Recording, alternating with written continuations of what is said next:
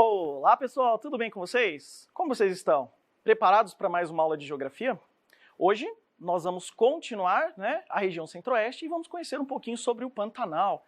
Pantanal é um bioma brasileiro, único no mundo todo, muito bonito, com paisagens extremamente belas e que nós precisamos cuidar bastante. Vamos conhecer um pouquinho? Hoje nós vamos fazer da página 200 à página 210, hoje a gente tem bastante conteúdo para estudar. E nós vamos resolver algumas atividades na sala de aula e algumas a gente vai deixar por sua conta para resolver, ok? Então vamos lá? O Pantanal. Eu acredito que todos vocês já conheçam o Pantanal ou já tenham pelo menos ouvido falar de alguma coisa lá daquela região. Agora nós vamos estudar o bioma do Pantanal e ver quais são as atividades econômicas que existem lá. Olha que interessante, isso aqui é o bioma do Pantanal, você consegue ver ali uma série de lagoas, as matas nativas da região e os campos, que são essas áreas na cor verde mais clarinha. Então o Pantanal é um tipo de vegetação mista. E onde fica o Pantanal? O Pantanal fica na região centro-oeste, na divisa entre o Mato Grosso e o Mato Grosso do Sul. Vamos trocar algumas ideias agora? Descreva a paisagem que você observa na imagem de abertura. Olha bem para essa imagem aqui. Pensa bem, o que a gente vê naquela imagem? Se a gente parar para pensar, a gente vai ver uma região plana, repleta de lagoas, com vegetação, matas e campos. Ou seja, o Pantanal é uma região do Brasil que mistura um pouco de cada coisa. A gente chama então de vegetação mista. Aqui, levante hipóteses sobre a relação entre a paisagem observada e o nome desse bioma. Eu vou voltar aqui na imagem e observa bem, Pantanal. Será que tem alguma coisa a ver com pântano? Será que realmente tem? A gente vai aprender isso no decorrer da aula e vamos desmitificar essa informação. Então aqui, levante hipótese. A paisagem tem vastas áreas alagadas, por isso é chamada de Pantanal. Galera, mas toma cuidado, tá? Porque o pântano tem uma explicação mais específica. É que como o Pantanal é semelhante a um pântano, a gente acaba dando nome para ele de Pantanal. Agora olha a terceira pergunta. Será que esse bioma é assim o ano todo? Será que o bioma do Pantanal é daquele jeito o ano todo ou será que ele se transforma? Olha que interessante. No período do inverno e outono, a água é drenada, E aí surge uma vegetação variada, formada por mata, cerrado, palmeiras e campos. Galera, funciona mais ou menos assim.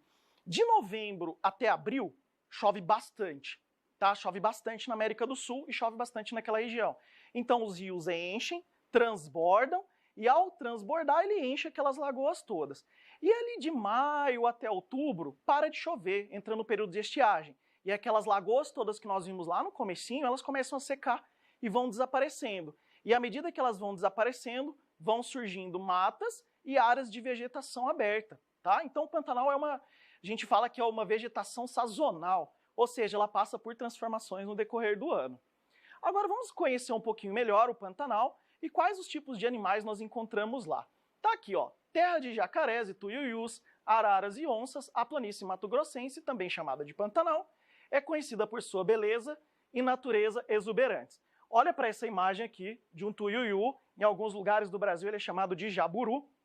Galera, esse pássaro é enorme, enorme. Vou falar mais ou menos para você, Ele é mais ou menos desse tamanho assim, Então ele é bem grande, ele é uma das maiores aves do mundo e uma das maiores aves da América do Sul. Então é um animal muito importante da região centro-oeste que tinha espalhado pelo Brasil todo e infelizmente, pela questão das mudanças ambientais, hoje a grande maioria se encontra só no Pantanal. Observe a localização do Pantanal no centro-oeste. Galera, presta bem atenção aqui, Nós temos o mapa da região centro-oeste e aqui nós temos o Pantanal. Então se vocês observarem bem, a gente vai perceber que o Pantanal começa lá no Mato Grosso, ele atravessa aqui para o Mato Grosso do Sul, mas também tem um pouquinho de Pantanal no Paraguai e na Bolívia. E se vocês observarem bem, vão perceber que coincide com os rios da região, como por exemplo o rio Paraguai, que é um rio muito importante, e os outros rios que vão desaguar lá no rio Paraguai. O rio Cuiabá também é um rio que colabora muito, muito mesmo com a planície do centro-oeste, que é o Pantanal. Então o que acontece? Todos os anos, quando chove bastante, esses rios aqui, eles transbordam e enchem todas aquelas lagoas. Então o Pantanal fica basicamente todo alagado, tá? Lembrando que não fica assim o ano inteiro, durante o ano ele vai passando por transformações. Agora olha aqui, No Pantanal, a vida se renova em 2 ciclos durante o ano, na cheia e na vazante. Eu não vou ler o que está escrito aqui, mas eu vou explicar. A cheia é o período das chuvas. Então, a cheia é o período que vai de novembro a abril, quando chove bastante e toda aquela região fica alagada porque é uma área de planície. No restante do ano, que a gente chama de vazante, o Pantanal começa a secar, porque entra no período de estiagem, as chuvas param na região, e aí todas aquelas lagoas elas começam a secar até que as novas chuvas venham. Esse ano até tem um fato curioso, né? Esse ano as chuvas estão um pouquinho atrasadas, né? No Pantanal, ou seja, esse ano choveu menos do que o esperado, então a gente entende um pouco essa relação da pouca quantidade de chuvas com o número de queimadas na região. E a gente vai entender que uma série de atividades econômicas que são desenvolvidas lá também colaboram com isso. Olha bem para essa imagem aqui. Galera, isso aqui a gente chama de mapa de perfil, tá? Nós temos aqui um mapa de perfil da América do Sul, como se a gente estivesse olhando de frente. À esquerda nós temos a Cordilheira dos Andes, que é uma cadeia montanhosa. Professor, onde está a Cordilheira dos Andes? Chile, Peru, Bolívia, Equador, Venezuela, todos esses países são países que estão em cima da Cordilheira dos Andes. Aí, caminhando mais em direção ao Brasil, nós vamos encontrar um planalto, né? Já entrando na região centro-oeste, a planície do Pantanal e as áreas de Planalto Central. Então, olha o que está acontecendo aqui mais ou menos. Chove bastante na América do Sul. As chuvas que acontecem desde a Cordilheira dos Andes, passando pelo Chile, pela Bolívia, pelo Paraguai, chegando aqui no Brasil, toda aquela água vai ser drenada, vai escorrer e vai encher os rios da planície do Pantanal. Quando esses rios encherem, eles vão transbordar, e ao transbordar, o Pantanal vai ficar parecendo realmente como um pântano. Olha que interessante aqui, ó. A vazante ocorre de maio a outubro, período em que quase não chove, e o nível da água fica baixo. Os campos, o cerrado e as matas ficam expostos, e a água restringe-se ao leito dos rios perenes. O que ele está falando para a gente assim? Tem rios do Pantanal, como esse da esquerda aqui, que não seca. Então eles vão permanecer cheios o ano todo. Mas na imagem da direita são áreas do Pantanal que vão secar. Galera, imagine essa imagem que vocês estão vendo aqui. Numa determinada época do ano, que é na época da cheia, né, que vai de novembro a abril, essa região toda aqui vai ficar debaixo d'água, vai ficar alagada. E aí os criadores de gado, por exemplo, que vivem na região, são obrigados a migrar, né, fazer a famosa invernada, né, tirar o gado daquela região que está enchendo e levar para as áreas mais altas para esses animais ficarem mais seguros e poderem se alimentar. Olha que interessante essa imagem, né? A onça pintada, um felino muito importante no equilíbrio, né, do continente sul-americano e que infelizmente é um animal ameaçado de extinção. E aí ele vai falar para a gente aqui, ó, os peixes são importantes na cadeia alimentar. Eles alimentam-se de nutrientes depositados nas áreas alagadas e servem de alimentos para mamíferos, répteis e aves. Portanto, todos esses animais dependem das cheias para sobreviver. A gente tem aqui, né, um pedacinho do poema de Manuel de Barros. Manuel de Barros é um grande poeta brasileiro muito importante. Ele disse o seguinte: passava os dias ali, quieto, no meio das coisas miúdas, e me encantei. Galera, de verdade, como é que a gente pode não se encantar com um animal desse porte? Não é um animal que a gente vê todos os dias, né? Então, realmente é um animal muito belo. O que ele está falando para a gente ali? No período das cheias do Pantanal, há uma reprodução muito grande de peixes. E esses peixes vão servir de alimentos para outros animais. E aí vamos formar uma cadeia alimentar. Então, se não tiver o período da cheia no Pantanal, o que vai acontecer? Esses animais que se alimentam dos peixes, eles vão morrer e os outros animais da cadeia alimentar também vão desaparecendo. Agora, olha aqui. Primeira atividade, essa eu quero que vocês pensem bastante. Quando ocorrem as chuvas na região do Pantanal Mato Grossense? Poxa vida, galerinha, essa pergunta aqui eu já respondi para vocês. Então você vai se esforçar aí para responder essa questão. Agora, a questão 2, eu vou ajudar vocês. Vamos lá? O Pantanal está em uma área quase totalmente plana e mais baixa do que as áreas vizinhas. Como o relevo dessa região interfere no bioma? Lembra? Pantanal é plano e as áreas vizinhas são mais altas. Então toda a chuva que vem das áreas vizinhas vai escorrer para onde? Para o Pantanal. Então vamos ler a resposta? Como as chuvas caem concentradamente no verão, devido ao relevo baixo e quase totalmente plano, a água tem pouco escoamento e se acumulam na planície. Lembra lá daquela imagem anterior? Chove em toda a região e ela vai escorrer para onde? Para a área da planície do Pantanal e ele vai ficar cheio. Questão 3. Leia esta definição do que é pântano. Presta bem atenção no que eu vou ler. Lembra que eu falei lá no comecinho da aula? O pântano é uma área plana onde ocorre sempre grande quantidade de acúmulo, água e lama. A vegetação é adaptada a muita umidade. Agora presta atenção aí. A partir do que a gente leu, a gente pode afirmar que o Pantanal mato-grossense é um pântano? Ele disse que sempre está alagado, sempre está com lama. O Pantanal está sempre com lama? A gente aprendeu que não, né? Então, olha aqui, a partir dessa definição, podemos dizer que a planície mato-grossense não é um pântano, mas uma extensão área baixa e plana, que acumula água durante alguns meses do ano. Então é o seguinte, pessoal, o Pantanal é pântano no período da cheia. No período da vazante, o Pantanal deixa de ser um pântano, vai se transformar em cerrado e outros biomas semelhantes da região, como a questão das gramíneas e outras vegetações. Então ele é pântano uma época do ano. No período da seca, ele deixa de ser um pântano. No Pantanal também tem boi. Galera, a história do Pantanal e os bois é uma história muito antiga. Se vocês se lembrarem das aulas de história, lá do ciclo da mineração, quando os bandeirantes começaram a ir em direção à região centro-oeste, eles iam margeando os rios. E nesses rios eles iam garimpando ouro e procurando índios para escravizar. Na verdade, era o trabalho deles fazer isso, né? E à medida que eles iam adentrando, a quantidade de alimentos em determinada época do ano ia ficando escassa. Então qual foi a ideia? Vamos levar bois juntos, vamos criando e criando esses bois durante o caminho, e à medida da necessidade, matam um boi, tiram um leite, e aí vão se alimentando. Então o gado chegou na região centro-oeste, na região do Pantanal, há muito tempo, ali mais ou menos entre o século XVII e século XVIII, tá? E aí o que vai acontecer? Ele vai falar assim pra gente, que a atividade se expandiu a partir de 1940, né? E eles começaram, pessoal, a criar o gado na região centro-oeste em grande quantidade. Por quê? Pessoal, por causa da carne, o charque, o couro, que eram as principais riquezas produzidas na região. Galera, presta atenção, o charque, todo mundo já comeu. O charque é carne de sol, tá? O que é carne de sol?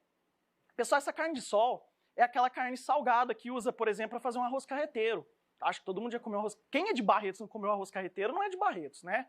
E essa carne, ela fica conservada sem refrigeração, não preciso pôr ela numa geladeira nem nada, porque o próprio sal conserva a carne.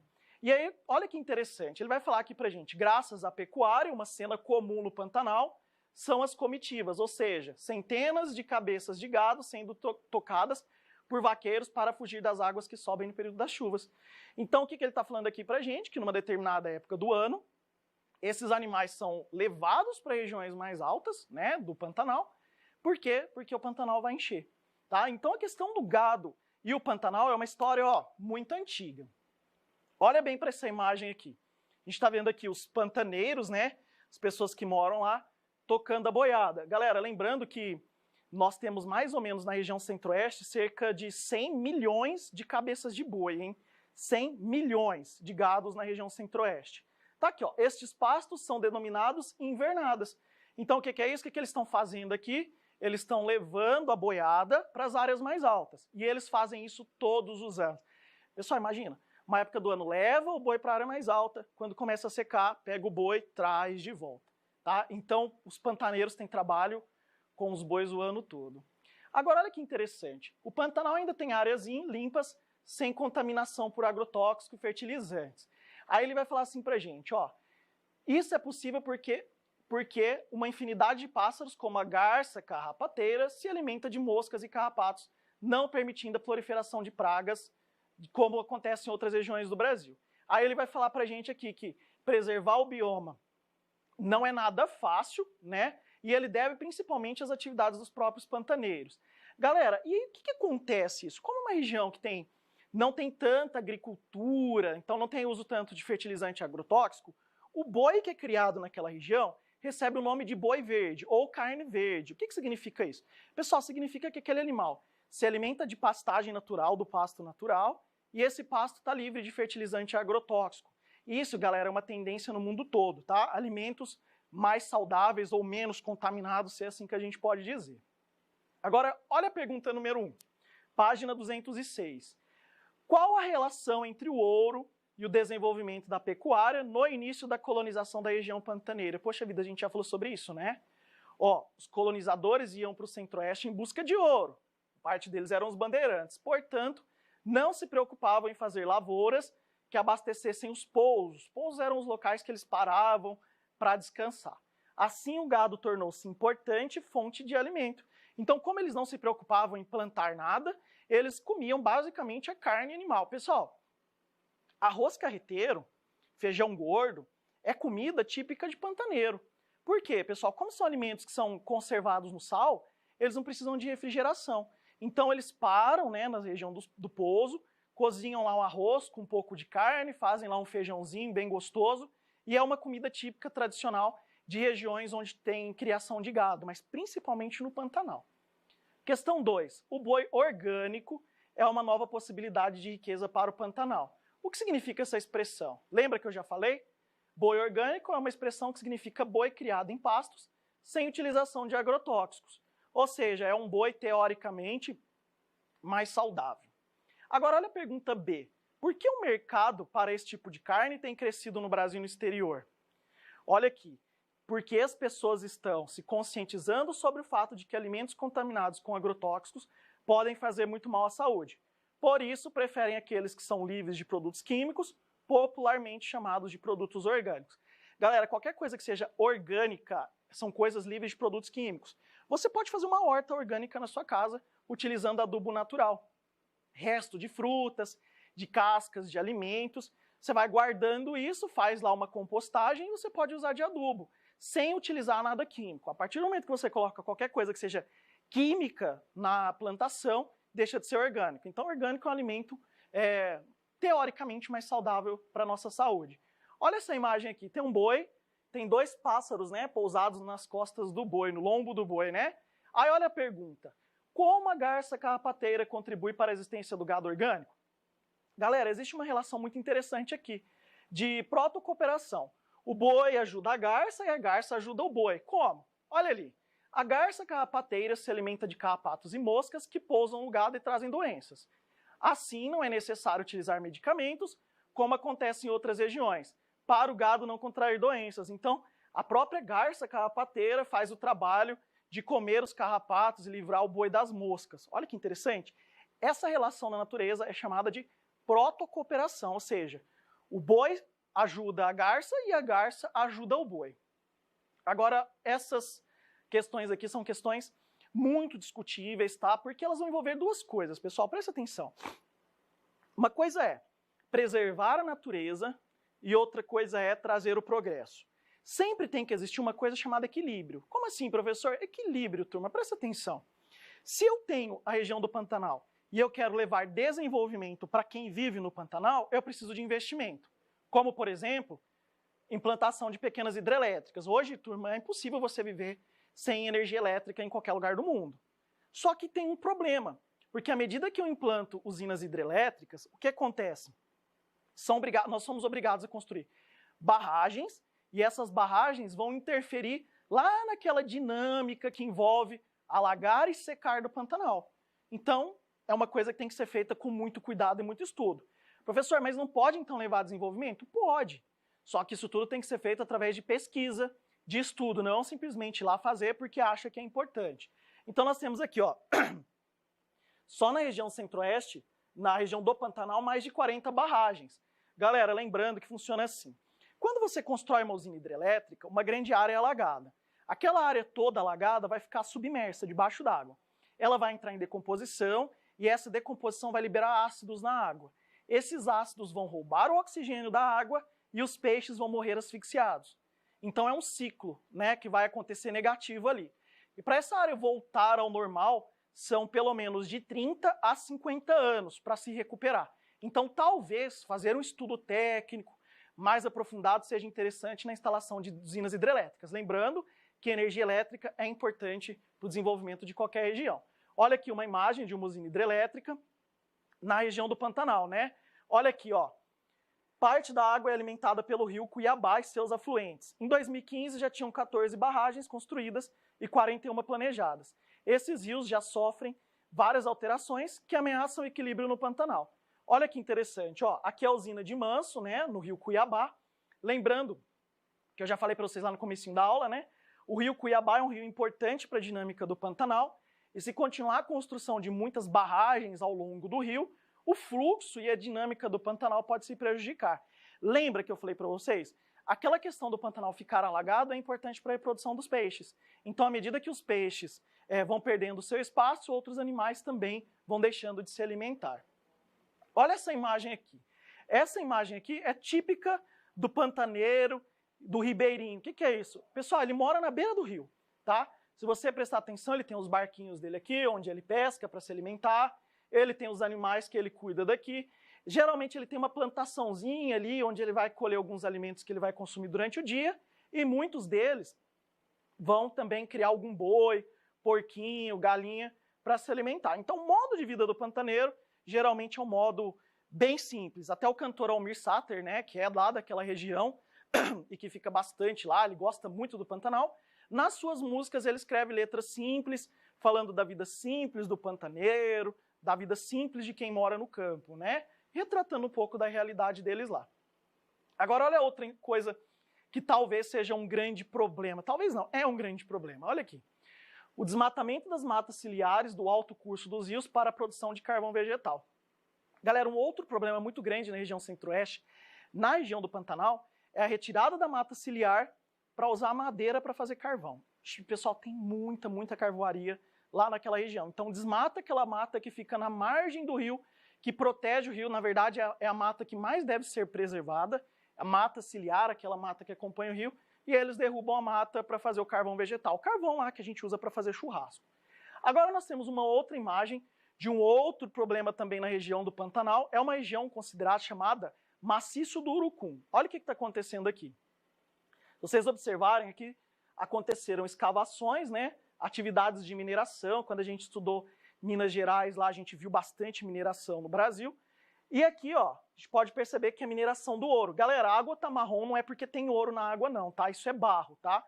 Isso aqui é um tipo de atividade que gera dinheiro, porém gera prejuízos ambientais e muitas vezes são prejuízos irreversíveis que a gente não consegue nem recuperar mais. Um terceiro problema que está surgindo no Pantanal é o que a gente chama de agricultura patronal. Galera, agricultura patronal é o contrário da agricultura familiar. É uma agricultura que visa grande produtividade, produzir muito para exportar, para vender para outros países. E a soja é um tipo de agricultura que está avançando em direção ao Pantanal. Professor, mas por que chama patronal? Pessoal, porque tem relação de trabalho. Você tem geralmente o fazendeiro, que é o patrão, e você tem empregados, funcionários, né? Você tem trabalhadores, todos em volta daquela produção agrícola. Esse é um problema por quê, pessoal? Lembra que a gente estava falando que uma das vantagens do gado do Pantanal é que ele se alimenta de pasto sem fertilizante e agrotóxico? Olha aqui, plantação de soja. Galera, a soja é um produto muito importante para a economia brasileira, muito mesmo para a economia global, é um dos produtos mais consumidos no mundo todo, porém, o tanto de fertilizante agrotóxico utilizado é muito superior à média de outras culturas. Então ela traz benefício econômico para o Brasil, mas para o meio ambiente não é muito legal, não. Quarta, a construção da hidrovia Paraguai-Paraná. Galera, isso aqui é uma questão muito importante. Na região centro-oeste, a gente já aprendeu que lá tem grande produção de soja, milho, algodão, arroz e feijão, e também tem outros minérios. Lembra que a gente aprendeu na última aula que uma grande dificuldade era o que eu produzo no centro-oeste e como é que eu exporto para o mundo todo? Lembra que não tem muita infraestrutura, não tem muita rodovia, não tem muita ferrovia? Então, como levar o produto do centro-oeste para o Porto de Santos, para o Porto do Paraná ou do Espírito Santo, por exemplo? Pessoal, esse é um problema muito grande que eles estão tentando resolver. E aí eles estão falando aqui, ó, a população considera o projeto uma pá de cal.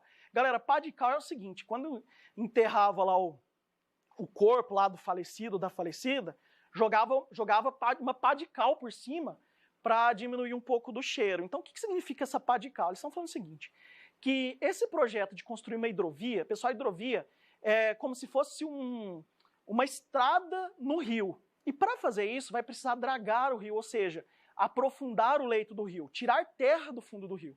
Isso vai trazer um problema muito grande. Olha bem para essa imagem aqui.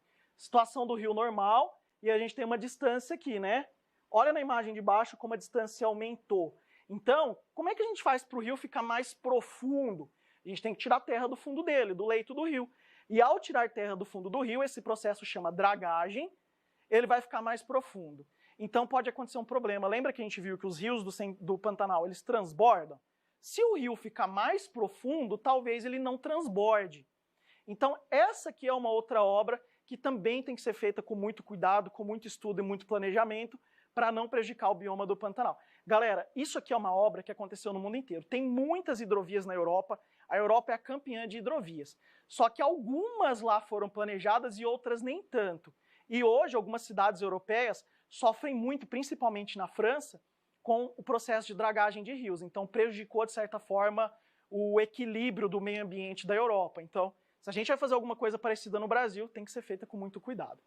Agora, olha o 5. Como você já estudou em relação ao Rio São Francisco, as cidades próximas do alto curso ameaçam os rios com esgoto sem tratamento, lixo, poluição, desmatamento das áreas próximas às nascentes. Galera, é o seguinte, claro, né? Esgoto sem tratamento, lixo, poluição, desmatamento, tem em tudo quanto é lugar do Brasil, todos os lugares do Brasil. Só que como lá é um bioma importante, um bioma que precisa ser preservado, por quê?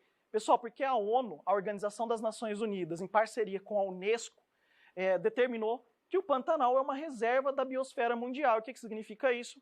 Que o Pantanal é uma região que abriga uma infinidade de animais, abriga uma infinidade de vegetais que só tem naquela região. E outra coisa importante, o Pantanal é local de parada de pássaros que vêm do Polo Sul e vão até o Polo Norte. Então, nesse trajeto todo, o Pantanal é um local de refúgio, de parada, de descanso, para esses pássaros poderem seguir viagem. Então, por isso, ele ganha uma importância a mais em relação a isso. Agora, olha bem para essa imagem aqui. Eu vou colocar para preencher e eu quero que vocês analisem aqui junto comigo. Nós temos aqui, ó, número 1, hidrelétricas e barragens, aqui. Nós temos 2, desmatamento das matas ciliares, né? Olha a questão do desmatamento das matas ciliares. Eu retiro a mata que fica nos rios. O 3, nós temos a monocultura, que no caso do Pantanal é a soja. O 4, né? Utilização de agrotóxicos, por isso que tem um aviãozinho aqui, né? Fazendo a aplicação do agrotóxico. O 5, o esgoto jogado sem tratamento. A gente está vendo aqui, né, muitas cidades do Brasil não tem, né, tratamento de esgoto, esse é um problema muito grande. Contaminação pelo lixo, no número 6. Jogar o lixo, né, no local inadequado, sem pensar no meio ambiente, também é um problema. Erosão e assoreamento do rio, no número 7. Galera, erosão está relacionada ao desmatamento. Quando você retira a mata da margem, a terra escorre para o leito do rio e faz o rio ficar mais raso. Esse processo chama assoreamento. O 8, a construção da hidrovia, que a gente estava falando agora mesmo, né? E o A e o B, pecuária e pesca. Então essa atividade aqui nós já ajudamos vocês a fazerem, porque ela é um tanto quanto trabalhosa. Então quando você receber os slides, tenta fazer antes, é super legal essa atividade, tenta fazer antes de olhar, tá? Mas se você precisar, vai lá, dá uma espiadinha, volta, tenta fazer. Não copia inteiro, tente fazer, aprender é importante. Agora olha aqui, observe na página anterior a imagem que representa o Pantanal, aquelas atividades que a gente já fez. O exercício 1 nós já fizemos no slide anterior. Agora, olha a questão B. Escolha 3 atividades da legenda e explique como elas interferem no equilíbrio do bioma do Pantanal. Galera, essas aqui são nossas hipóteses, você pode fazer as suas. A primeira, as hidrelétricas provocam alterações no ciclo natural de cheias e vazantes. Essa é uma hipótese de algo que pode interferir no equilíbrio do Pantanal. B, o desmatamento causa erosão do solo e assoreamento dos rios, provocando enchentes, prejudicando a navegação e a pesca. Essas duas coisas aqui a gente falou durante a aula. C, a monocultura provoca desmatamento e risco de contaminação do bioma devido ao uso de agrotóxicos. Outra coisa que a gente falou bastante na aula. D, os agrotóxicos contaminam o solo, a água, os peixes, que servem de alimentos para a população e outros animais. Fica um desafio para você. Nós colocamos as nossas hipóteses, tenta colocar algumas suas, tenta pensar, tá? Tenta colocar uma a mais, ou 2 a mais, ou tenta substituir as que a gente fez por aquelas que você tem ideia aí na sua cabecinha. Observe a questão número 2. Observe novamente a imagem, lá aquela imagem onde a gente colocou os números, identifique as atividades econômicas da população ribeirinha com uma letra e complete a legenda. Galera, se vocês observarem lá na imagem, nós colocamos números em algumas coisas e colocamos uma letra A e uma letra B. Voltem na sua atividade. A letra A é a pecuária e a letra B é a pesca. Isso já está lá na legenda da atividade. Agora, como é que elas interferem? Olha que interessante. Essas atividades não interferem no equilíbrio do bioma, pois a pesca não é predatória e a pecuária se adaptou ao ciclo de cheias e vazantes. Galera, o que a gente está querendo dizer? É que aquela atividade do boi verde, aquela atividade ela não prejudica o Pantanal, tá? Não tem destruição do Pantanal. E a pesca que o ribeirinho faz é a pesca para se alimentar. Isso tudo não interfere negativamente no bioma do Pantanal. Então é importante a gente entender que quem mora no Pantanal pode trabalhar, pode desenvolver atividade econômica, mas não precisa destruir o bioma. Nossa, quanta coisa, hein, professor? Muita coisa, muita coisa. Chegamos na hora da tarefa. Vamos lá? Olha aqui. O Centro-Oeste é a única região brasileira que não é banhada pelo mar. No entanto, é recompensada pela abundância de rios que correm em várias direções. Você já fez uma atividade semelhante a essa. Por isso é chamada de caixa d'água do Brasil. Muitos desses rios abastecem bacias hidrográficas de outras regiões. No mapa da página seguinte, não tem que pegar atlas, coisa nenhuma não, usa o mapa que a gente vai colocar para você. Ó, é para a gente destacar o rio Paraná, Paraguai, Araguaia, Tocantins, Telespires, Xingu e Cuiabá. Olha aqui, presta atenção. Turma, o que você vai fazer? Você vai pegar um lápis de cor azul, tá? Pode ser azul claro, azul escuro, mas tem que ser azul, porque rio a gente representa em mapa na cor azul. E aí você vai passar um risco sobre os rios. Rio Paraguai, Cuiabá, Telespires, Xingu, Araguaia, Tocantins e Paraná. Pessoal, presta bastante atenção na hora de fazer essa atividade.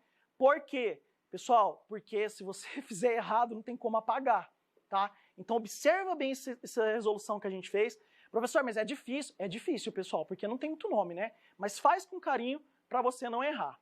Agora, olha o item C. Sobre cada um desses... desculpa, item B.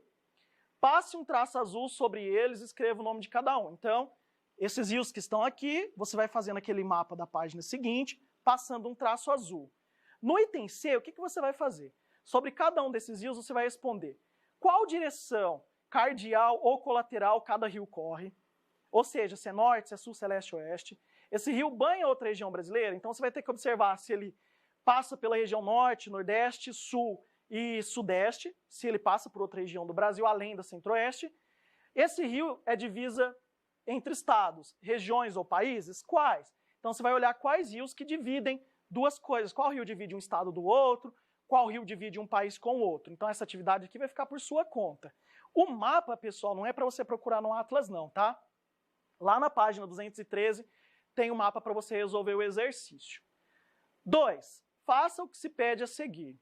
Observe a legenda e pinte cada bioma de uma cor. Essa atividade a gente já ajudou vocês. Presta bem atenção. Área verde. Você vai pintar na cor verde a área amazônica, você vai pintar na cor amarela o Pantanal e nessa cor beijinha aqui você vai pintar o Cerrado, tá? Então faça a atividade com carinho, pega o lápis de cor, faça com cuidado, manda para o seu professor, capricho é muito importante. B. Desenhe os ciclos da cheia e da vazante do Pantanal. A ilustração precisa explicar como esses processos ocorrem. Você vai pegar, vai fazer 2 desenhos. Você vai fazer um desenho da cheia do Pantanal e você vai fazer um desenho da vazante, do período da seca. Ah, professora, eu não sei fazer. Galera, usa criatividade.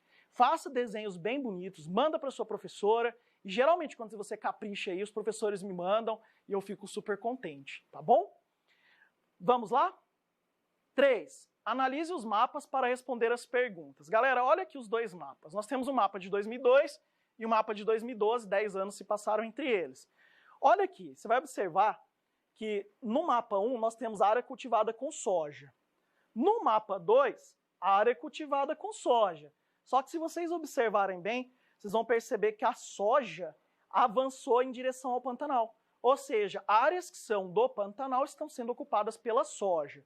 Agora vamos ver o que as questões vão pedir para a gente. Ó, a soja está avançando sobre o Pantanal. Então, o que representa a área em azul? Galera, a área em azul representa o quê? A área do Pantanal.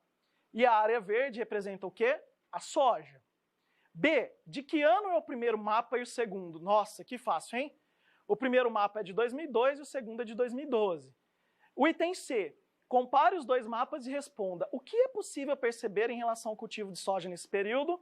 Pessoal, soja cresceu, a produção da soja cresceu. E ela foi em direção aonde? Principalmente ao norte e ao sul do Pantanal. significa que a soja está avançando sobre o Pantanal.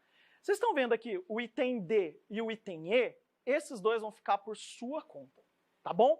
Então você vai ler as questões com todo carinho e cuidado e vai tentar fazer. Galerinha, sem preguiça. Terminando a nossa aula, eu tenho um recadinho para vocês. Pessoal, nós estamos em outubro, mês do Outubro Rosa, prevenção ao câncer de mama. Galera, é um mês de consciência. Lembra que tem uma atividade para você fazer? Um desenho bem bonito do Outubro Rosa e tirar uma foto com aquela mulher que você ama. Pode ser sua mãe, sua titia, vovó, tira aquela foto linda com ela e manda para o seu professor ou para a sua professora. Então você vai fazer um desenho bem bonito do Outubro Rosa, vai tirar aquela foto caprichada com aquela mulher que você ama e vai mandar para a sua professora. Os melhores desenhos vão ser publicados, então capricha aí e quem sabe a gente não vê seu desenho aí circulando pela internet, pelas redes sociais, hein? Terminamos a nossa aula. Caramba, professor, quanta coisa! Professor, eu cansei, professor, o senhor falou muito hoje. Pessoal, é assim, né? Quer aprender? Tem que ralar, tem que estudar. Então vamos lá. Hoje nós fizemos da página 200 à página 210. É interessante você ler, retomar, olhar as imagens, tem bastante coisa. E nós fizemos as atividades da página 203 à página 215. Lembrando que alguns pouquinhos exercícios ficaram para você fazer. Então faça. Pessoal, não faça como alguns alunos fazem comigo, não. Eles fazem as atividades que a gente fez na aula e aquelas que a gente não fez me manda sem fazer. Eu devolvo a atividade, falo fulana, faça com carinho. Beleza? Turminha, beijão para todo mundo, que vocês tenham uma boa semana, fiquem com Deus e até a próxima aula.